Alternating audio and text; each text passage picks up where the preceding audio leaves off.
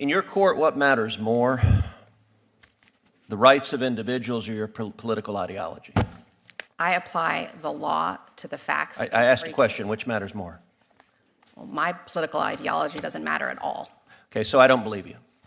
And I think this case demonstrates that you are willing to subjugate the rights of individuals to satisfy your political ideology. This case involves a male defendant who raped a 9-year-old boy. Was he guilty of that? Yes, the petitioner pled guilty to that. Okay, so he raped a 9-year-old boy. He also raped a 17-year-old girl. Was he guilty of that? He pled guilty, the petitioner pled guilty to that crime as well. So was he guilty? I hope so, because she pled guilty to it. He was a he when he did this. That's correct. 1 year after being released again, he was convicted of having child pornography. Is that correct? I'm unclear on exactly the time frame that you're at, but the petitioner was convicted of distributing child pornography. Child pornography that was images of adults violently raping children. Abhorrent conduct. Okay. For which there are real victims.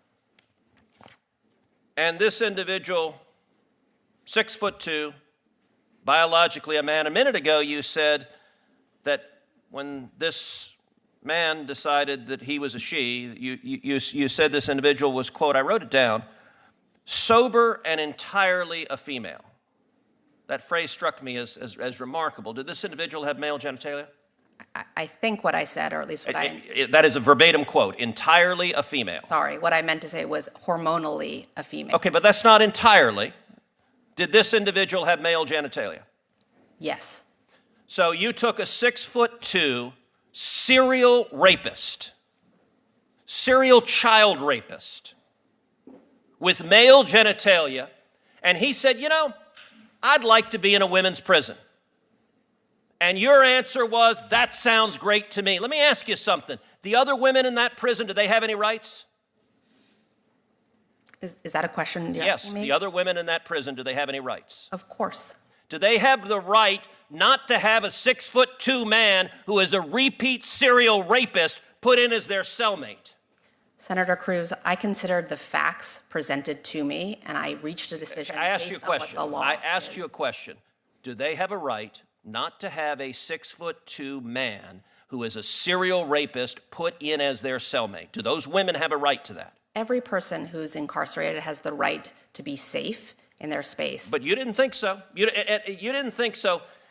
And in fact, I'm going to give some quotes from your order because Senator Kennedy is right. This is not a judge's order. This is a political activist. By the way, the beginning of your order says, at birth, people are typically assigned a gender. I got to say that would astonish a lot of Americans. A lot of Americans think you go to the hospital, a baby is born, and congratulations, you have a little boy, a little girl.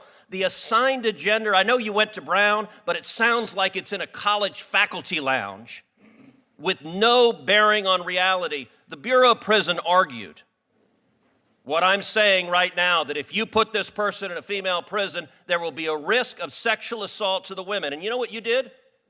You said you didn't care about the women. Have you dealt in what universe is someone who is a serial repeat child rapist not at a risk of reoffending? Senator, as I do in every case. I know you've been told to repeat the line, I follow the law. I asked a question. In what universe is someone who is a serial repeat child rapist not at risk of reoffending? Sir, I looked at the facts that were before me in this case. All of the evidence, including the statements of every warden who had supervised this petitioner. I have to say, if I were the father of one of those women, and you decided that my daughter's cellmate was going to be a 6'2" man who over and over and over again committed violent sexual assault, I would say the entire justice system is absurd, and it is clear on your record your political ideology matters a heck of a lot more than the rights of those women that you endangered. I think you're a radical, and I think you have no business being a judge.